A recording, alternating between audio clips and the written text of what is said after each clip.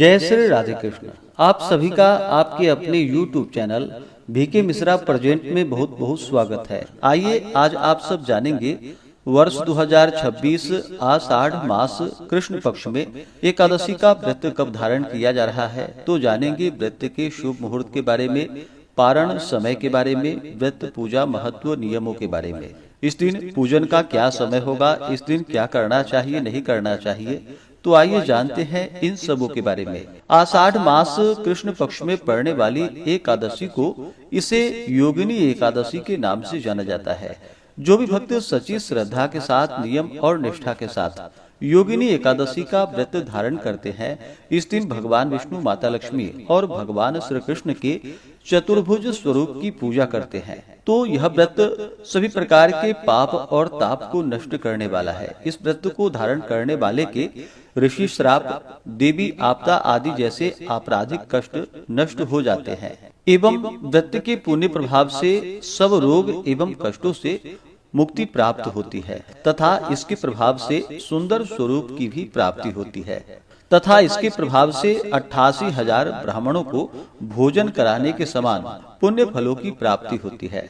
आप सभी भक्तों को योगिनी एकादशी व्रत की ढेर सारी शुभकामनाएं। आप सभी के जीवन में लक्ष्मी नारायण की कृपा से आप सभी को सभी प्रकार के सुख और समृद्धि की प्राप्ति हो। आषाढ़ मास कृष्ण पक्ष की एकादशी तिथि प्रारंभ समय जो कि 10 जुलाई 2026 दिन शुक्रवार सुबह 8:18 और एकादशी तिथि की जो समाप्ति है वह 11 जुलाई 2026 दिन शनिवार सुबह 5:24 पे एकादशी तिथि की समाप्ति है।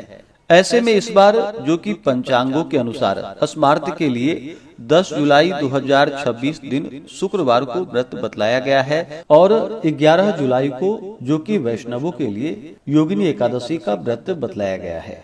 व्रत पारण के लिए बतलाया गया है व्रत का पारण द्वादशी तिथि में ही करनी चाहिए और हरिवासर समाप्त होने के बाद करना चाहिए। हरिवासर का समय द्वादशी तिथि का पहला चौथाई हिस्सा हरिवासर का होता है। तो द्वादशी तिथि प्रारंभ समय 11 जुलाई 2026 दिन शनिवार सुबह 5:25 और द्वादशी तिथि की जो समाप्ति है वह 12 जुलाई 2026 दिन रविवार सुबह 4:05 पे द्वादशी तिथि की समाप्ति है। हरिवासर की समाप्ति जो कि 11 जुलाई को सुबह 11:05 पे हरिवासर की समाप्ति है। ऐसे में जो भी भक्तजन 10 जुलाई को व्रत धारण कर रहे हैं वह व्रत का पारण 11 जुलाई को दोपहर 2:01 से शाम 4:39 तक व्रत का पारण करेंगे। और जो भी 11 जुलाई को व्रत धारण करने वाले हैं वो 12 जुलाई को व्रत का पारण जो कि सुबह में सूर्योदय के बाद, आपके यहाँ जब भी सूर्योदय हो, वैसे वाराणसी पंचांग के अनुसार सूर्योदय का समय सुबह 5:14 है, तो सुबह 5:15 से सुबह 8:30 तक 12 जुलाई को व्रत का पारण करेंगे जो भी 11 जुलाई को व्रत धारण कर रहे हैं। योगिनी एकादशी व्रत का पारण जो कि यव चूर्णेन पारणम, जौ के चूर्ण से व्रत का पारण है। यह संभव ना हो पाए तो आप जल, फल या तुलसी दल से व्रत का पारण करें। 10 जुलाई को ब्रह्म मुहूर्त का समय सुबह 3:38 से सुबह 4:26 तक होगा। सूर्योदय का समय सुबह 5:14, सूर्यास्त शाम 6:52 होगा। राहु काल का समय सुबह 10:21 से दोपहर 12:03 तक होगा। अभिजीत मुहूर्त का समय सुबह 11:36 से दोपहर 12:30 तक होगा। विजय मुहूर्त का समय दोपहर 2:20 से दोपहर 3:14 तक होगा।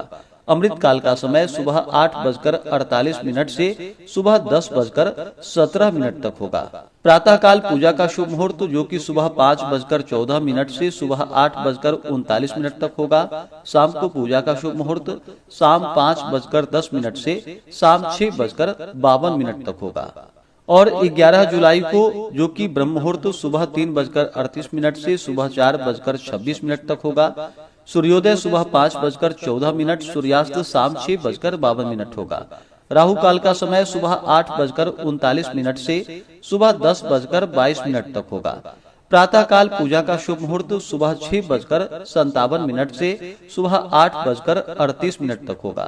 शाम को पूजा का शुभ मुहूर्त शाम 6:51 से रात्रि 8:09 तक होगा। 11 जुलाई को अभिजीत मुहूर्त का समय सुबह 11:58 से दोपहर 12:54 तक होगा। विजय मुहूर्त का समय दोपहर 2:45 से दोपहर 3:40 तक होगा। अमृत काल का समय सुबह 8:53 से सुबह 10:20 तक होगा। अब बात है वर्ष 2026 की योगिनी एकादशी को लेकर, जो कि सबसे बड़ा यह सवाल है कि आखिर एक ही एकादशी के लिए दो अलग अलग व्रत और दो अलग अलग पारण क्यों बतलाए जा रहे हैं। सबसे पहले यह जान लीजिए कि हिंदू धर्म में सभी लोग एक ही पंचांग का पालन नहीं करते हैं। मुख्य रूप से दो परंपराएं हैं, अस्मार्त परंपरा और वैष्णव परंपरा। अस्मार्त परंपरा के अनुसार इस वर्ष योगिनी एकादशी जो कि 10 जुलाई को है, और वैष्णव परंपरा के अनुसार जो कि जैसे कि गौड़ीय, वैष्णव और इस्कॉन के अनुसार व्रत 11 जुलाई को इस बार पड़ा है। अब सवाल उठता है कि ऐसा क्यों। इसका कारण है कि तिथि का विशेष संयोग, जिसे तिस्प्रसा महाद्वादशी कहा जाता है। सामान्य वर्षों में एकादशी का नियम सीधा होता है, एकादशी के दिन व्रत रखिए और अगले दिन जो कि हरिवासर समाप्त हो जाए तो फिर व्रत का पारण करना चाहिए। लेकिन वर्ष 2026 में तिथियों का संयोग सामान्य नहीं है। एकादशी, द्वादशी और त्रयोदशी का ऐसा विशेष मेल बन रहा है कि वैष्णव आचार्यों के शास्त्रीय नियम लागू होते हैं। इसलिए वैष्णव पंचांग इस दिन को तिस्प्रसा महाद्वादशी मानता है। यही कारण है कि अस्मार्त और वैष्णव पंचांग का निर्णय अलग अलग दिखाई देता है। अब एक और प्रश्न आता है कि यदि 11 जुलाई को व्रत रखा गया तो पारणा 12 जुलाई को ही क्यों।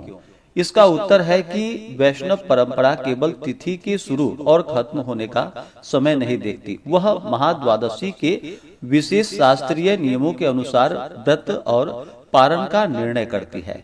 क्योंकि 10वीं युक्त एकादशी का व्रत वैष्णवों के अनुसार धारण नहीं किया जाता है, इसलिए वैष्णव मत के अनुसार 11 जुलाई को व्रत है और 12 जुलाई को व्रत का पारण है।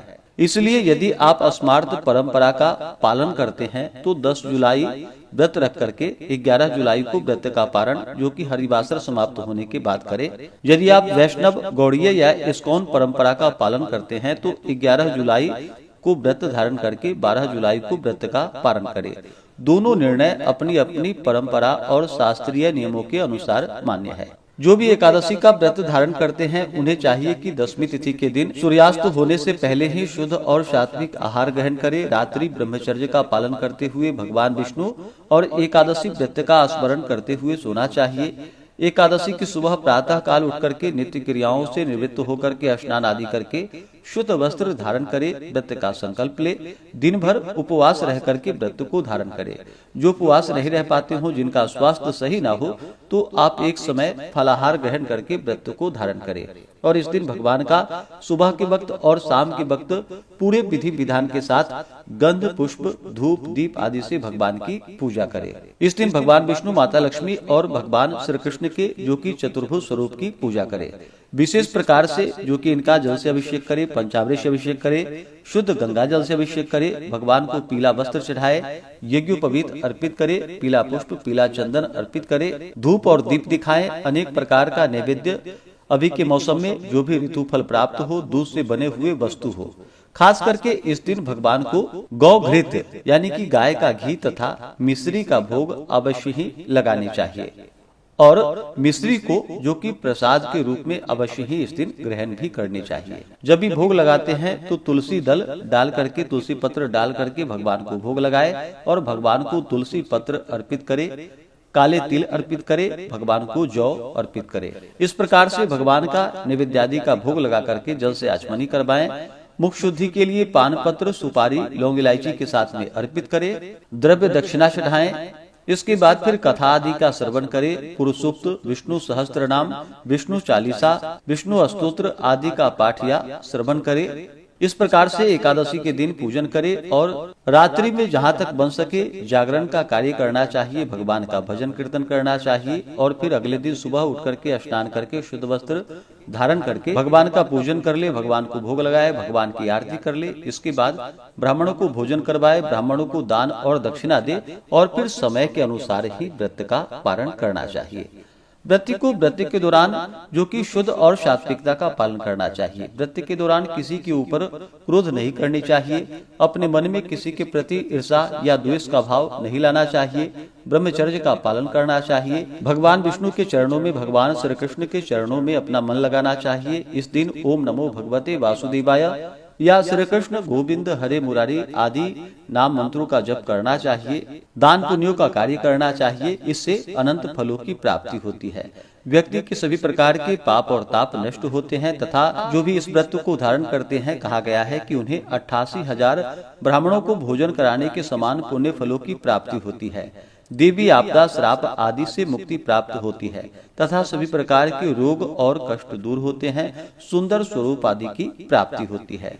तो आशा करता हूँ कि यह जानकारी आपको अच्छा लगा हो। इसी प्रकार से ज्ञानवर्धक जानकारियाँ प्राप्त करते रहने के लिए, व्रत पूजन के बारे में जानने के लिए, कथा को सुनने के लिए चैनल पे अगर आप पहली बार आए हैं तो चैनल को लाल बटन दबा करके सब्सक्राइब करें, साथ ही बेल आइकन घंटी को दबाएं ताकि आने वाली वीडियो का नोटिफिकेशन आपको समय से मिलता रहे। वीडियो को लाइक करें, शेयर करें। सुखी रहें और स्वस्थ रहें। जय श्री राधे कृष्ण। धन्यवाद।